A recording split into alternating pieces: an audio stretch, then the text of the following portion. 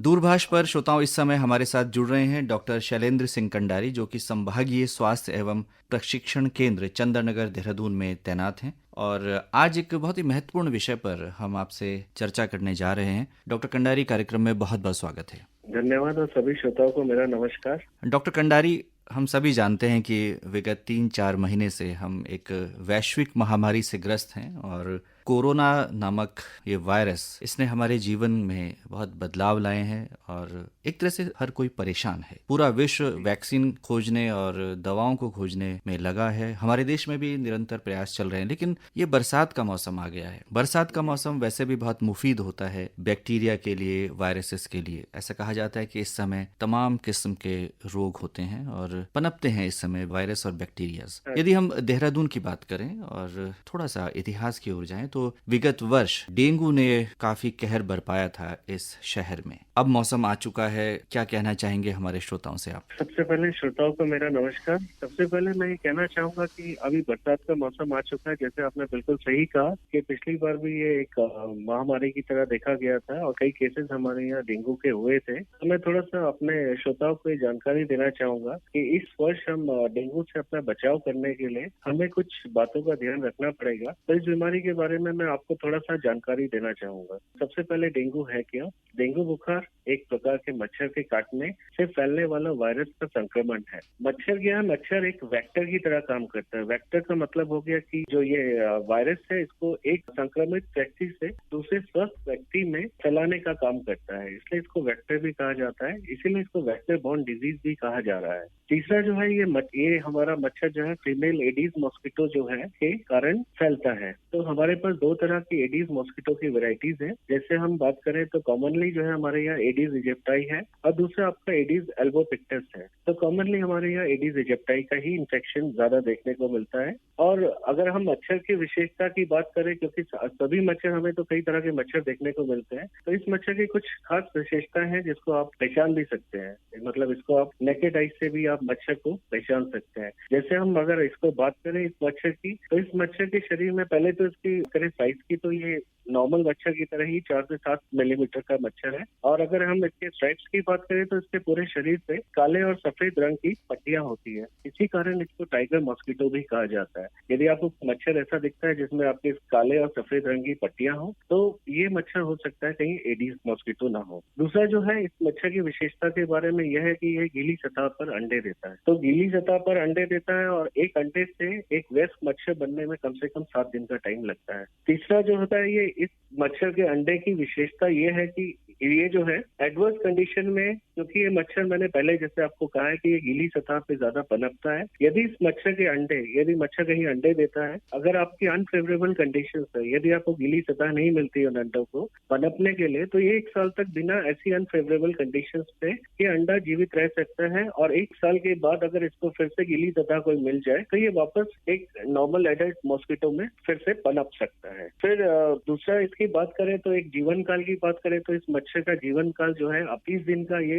इसका एक life span है मच्छर का। और ये मच्छर जो है दिन के समय ही काटता है, इसीलिए इस मच्छर को डे टाइम फीडर भी कहा जाता है। और ये मच्छर की अगर हम डिस्टेंस की बात करें कि कितना डिस्टेंस तक उड़ सकता है, तो ये 400 मीटर डिस्टेंस तक एक जगह से दूसरी जगह पे उड़ सकता है। और अगर मादा एडीज मॉस्किटो की बात करें तो जैसे अपने पूरे जीवन काल में, जैसे मैंने अभी बताया आपको कि 30 दिन का इनका जीवन काल है, ये अपने 30 दिन के जीवन काल में लगभग 5 बार ये अंडे देती है। और अगर एक टाइम की बात करें तो एक टाइम में ये 100 से 200 अंडे तक दे सकती है, अलग अलग जगहों पर और अलग अलग समय पर। तो हम ये मान के चल सकते हैं कि इससे आप ये भी सोच सकते हैं कि एक संक्रमित मच्छर, यदि कोई संक्रमित मच्छर है, तो वो अपने जीवन काल में कितने मनुष्य को संक्रमित करने में कैपेबल है। और अगर हम आजकल के ये मच्छर के ये करें कि आजकल का टेम्परेचर को देखते हुए, जैसे अभी जुलाई का महीना आ गया, बारिश का महीना आ गया, तो इसके लिए जो है फेवरेबल कंडीशंस जो है ये 16 से 30 डिग्री सेल्सियस जो आजकल ही टेम्परेचर चल रहा है। और अगर हम रिलेटिव ह्यूमिडिटी की बात करें, अगर ह्यूमिडिटी 60 to 80% है, तो मच्छर के पनपने के लिए सबसे अप्रोप्रिएट टाइम है। तो आपने बहुत ही विस्तार से डॉक्टर साहब बताया और आपने एक बहुत महत्वपूर्ण बात बताई कि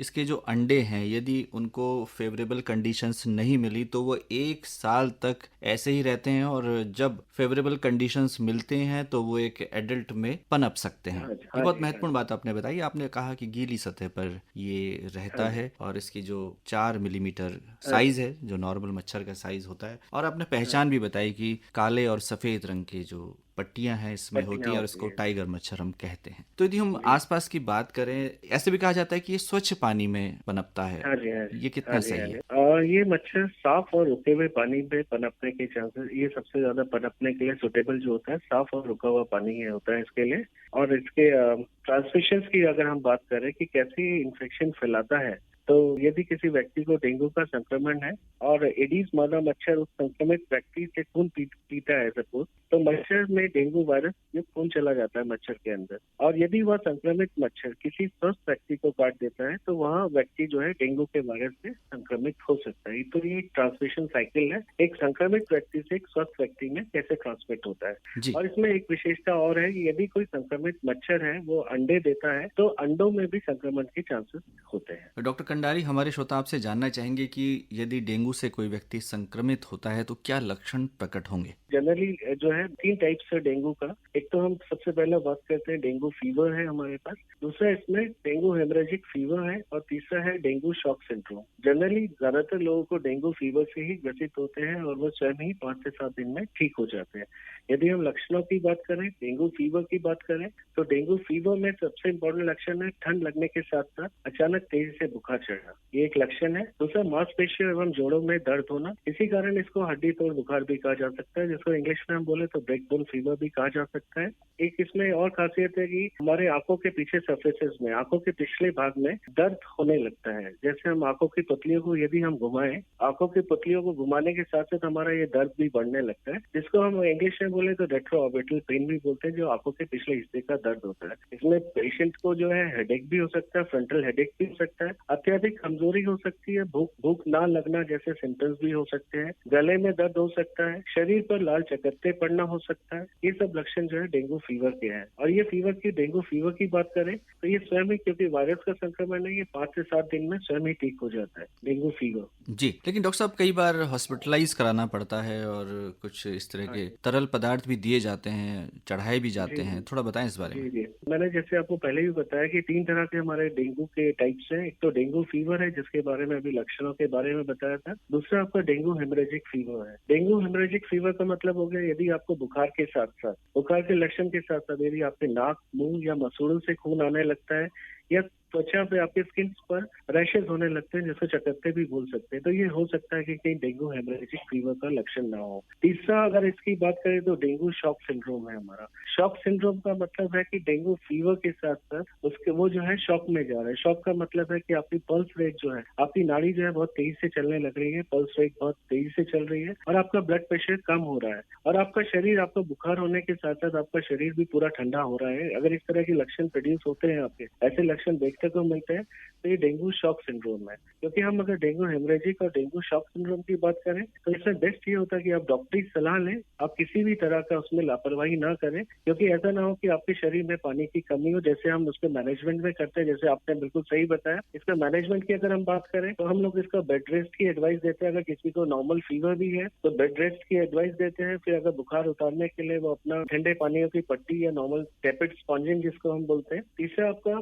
एंटीपायरेटिक की बात करें बुखार उतारने के लिए, तो हम पैरासीटामोल जैसे दवाइयों की बात करते हैं। ये खाली वो पैरासीटामोल का ही सेवन करें, बाकी आप किसी भी तरह की दवाई स्वयं से ले बिना डॉक्टरी सलाह के। यदि आपको कोई भी ऐसा लक्षण हो रहा है, आप डॉक्टरी सलाह जरूर लें। लेकिन फीवर की बात करें तो फीवर में आप सिर्फ पैरासीटामोल का सेवन कर सकते हैं, और आप पानी जितना ज्यादा से ज्यादा पानी पी सकते हैं, ताकि आपके शरीर में किसी भी तरह का इलेक्ट्रोलाइट्स का कमी ना हो सके।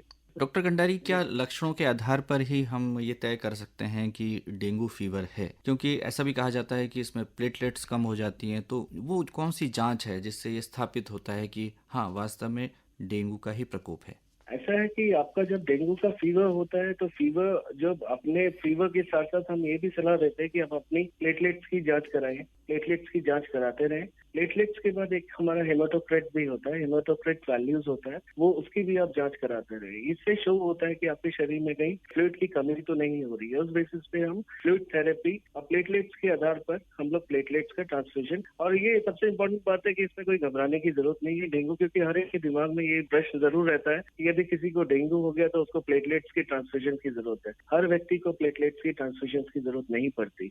ये मैंने कहा कि ज्यादातर लोगों को डेंगू फीवर होता है, फीवर जो स्वयं ही 5 से 7 दिन में ठीक हो जाता है। कुछ एक व्यक्ति है जिनको डॉक्टरी की सलाह, जिनके शरीर में पानी की कमी, जिनका प्लेटलेट्स कम हो गया, जो डेंगू शॉक सिंड्रोम में जा रहे हैं, उन लोगों को अस्पताल में मतलब हॉस्पिटलाइजेशन करा के फ्लूइड्स थेरेपी, बाहर से आपको जैसे हम लोग फ्लूइड्स लगाते हैं जिसमें आपका फ्लूइड्स किसी भी तरह का फ्लूइड्स हो गया, प्लेटलेट ट्रांसफ्यूजन तभी होता है जब यदि उसके उसमें जो है जैसे हेमरेजिक के लक्षण या शॉक सिंड्रोम के लक्षण अगर आने लगे। डॉक्टर शैलेंद्र कंडारी, आपने बताया कि ज़्यादा घबराने की ज़रूरत नहीं है। प्लेटलेट्स की जहाँ तक बात होती है तो उसकी संख्या जब निरंतर घटती है तो व्यक्ति घबराता है जी और जी। घबराहट भी होती है, तो ऐसे में क्या किया जाए? ऐसे में घबराने की कोई जरूरत नहीं है ना। इसमें आप तुरंत अपना डॉक्टर को नियर बाय जो भी आपका स्वास्थ्य केंद्र है या जहाँ भी नियर बाय हॉस्पिटल से आप तुरंत जाके डॉक्टरी सलाह लेने की जरूरत है और उसी हिसाब से मैनेजमेंट करने की जरूरत है। डॉक्टर कंडारी, आपने कहा कि इसका लक्षण बुखार है और इस समय एक और बुखार चल रहा है जिसे कोरोना का भी एक प्रमुख लक्षण है कि उसमें फीवर होता है। तो क्योंकि ये चिंता का समय है, हर कोई घबरा जाता है, बुखार आने में, छींक आने में भी घबराहट होती है, तो कैसे हम अंतर करें कि ये डेंगू का फीवर है और ये कोरोना का है? कोरोना का जैसे आपने अभी बताया था कि कोरोना में और डेंगू में थोड़ा सा डिफरेंस ये है कि हम कोरोना में भी फीवर आ रहा है, फीवर के साथ साथ आपका ड्राई कफ की बात करें कि अगर आपको खांसी हो रही है जो सूखी खांसी है, इससे आपका ब्रीदिंग डिफिकल्टीज है, तो ये आपका कोरोना का लक्षण हो सकता है। बट अगर डेंगू के लक्षण की बात करें, फीवर के साथ साथ जैसे मैंने बताया हार्ट मांसपेशियों में दर्द, जिसको बैकबोन फीवर, और पूरा शरीर में कमजोरी आना, रेट्रो ऑर्बिटल पेन होना, शरीर में चकत्ते पड़ना, अगर ये सब लक्षण इसके साथ आ रहे हैं डेंगू के, तो ये हो सकता है डेंगू का लक्षण हो। और आप अपने यहाँ देख भी सकते हैं कि आपके यहाँ मच्छरों की कैसी डेंसिटीज है, मच्छर, तो इस तरीके से आप मतलब इसको डिफरेंस कर सकते हैं कोरोना और जी डेंगू। डॉक्टर साहब, एक बात जो मस्तिष्क में आती है, क्या जिसको पिछले साल डेंगू हुआ था उसको इस साल भी हो सकता है? इसमें मैं थोड़ा सा वायरस के स्ट्रेन पे जाना चाहूंगा कि हमारे पास जैसे डेंगू वायरस है, मॉस्किटो तो वायरस को ट्रांसमिट करता है एक व्यक्ति से दूसरे व्यक्ति पे, परंतु हम जो वायरस की बात करें, वायरस में हमारे पास 4 तरह की स्ट्रेन होती है, जिसको हम डेन 1, डेन 2, डेन 3, डेन 4, 4 तरह की स्ट्रेन है। यदि किसी व्यक्ति को किसी एक स्ट्रेन ने इन्फेक्ट किया है तो उसके शरीर में जो प्रतिरोधक क्षमता बनेगी उस स्ट्रेन के अगेंस्ट पे बनेगी। यदि अगले साल किसी दूसरी स्ट्रेन से उसको एक मच्छर काट लेता है तो उसके शरीर में वैसे ही लक्षण डेंगू का पुनः उसको होने के चांसेस है। तो ये है कि मतलब जो स्ट्रेन से आपका जिस स्ट्रेन का वायरस है उसके अगेंस्ट में ही प्रतिरोधक क्षमता आपके शरीर में बनेगी, बाकी स्ट्रेन के अगेंस्ट में प्रतिरोधक क्षमता नहीं बनेगी। डॉक्टर कंडारी, एक बात और जानना चाहेंगे। आपने कहा कि इसकी जो उड़ने की क्षमता है वो कम है, नीचे ही रहता है और दिन में काटता है, तो आमतौर पर किस तरह के वस्त्र हम पहने ताकि हम बचे रहें? ये बहुत ही आपका इम्पोर्टेंट क्वेश्चन है कि कैसे बचे इसमें। इसमें सबसे इसमें इम्पोर्टेंट चीज है, इसके बारे में थोड़ा बताना चाहूंगा कि सबसे पहले कि डेंगू फैलाने वाला जो मच्छर है ये रुके हुए साफ पानी में पनपता है। यहाँ सुनिश्चित मैं एक सभी श्रोताओं से ये निवेदन करना चाहूंगा कि आप अपने सुनिश्चित कर ले कि कहीं आपके घर में आसपास पानी तो नहीं जमा है, जैसे कि कूलर हो गया, पानी की टंकी हो गई, जो ये आजकल जो पक्षियों व पशुओं के पीने का पानी का बर्तन हो गया, आपके फ्रिज के पीछे भी एक ट्रे होती है जिसमें कभी कभी पानी भी जमा हो जाता है, उसको भी एक बार जरूर आप खाली कर दें या चेक कर लें कि उसके पीछे कहीं ऐसा तो नहीं कि कोई लार्वा या एडीज मॉस्किटो पनप रहा हो। आपके फूलदान हो गए, घरों में जो फूलदान होते हैं उसमें कभी कभी पानी इकट्ठा हो जाता है। नारियल का जैसे कवच हो गया, नारियल के आप कवच फेंक देते हैं उसमें भी पानी जमा हो जाता है। टूटे हुए बर्तन हो गए, टायर हो गए, आपके टायर्स के बीच में, टायर्स भी आपने देखा होगा सड़क पे कई तरह के टायर्स पड़े रहते हैं, वो टायर्स के बीच के स्पेस में भी आपका पानी जमा हो जाता है, उसमें भी हमने ये ऑब्जर्व किया कि कहीं उसमें भी लार्वा पनपने के चांसेस हो जाते हैं। डिस्पोजेबल बर्तन, जो हम डिस्पोजेबल फेंक देते हैं बर्तन, उनमें भी यदि पानी जमा है उसमें भी मच्छर के पनपने के चांसेस हो सकते हैं। डोले इत्यादि वगैरह में भी पनपने के चांसेस हो सकते हैं। इसमें एक चीज और मैं बताना चाहूंगा कि इसको जो है, ये मच्छर को पनपने के लिए बहुत कम पानी की जरूरत होती है। कभी कभी तो हम ये भी कह देते हैं कि 1 चम्मच पानी ही हमारे लिए डेंगू के मच्छर के पनपने के लिए काफी होता है।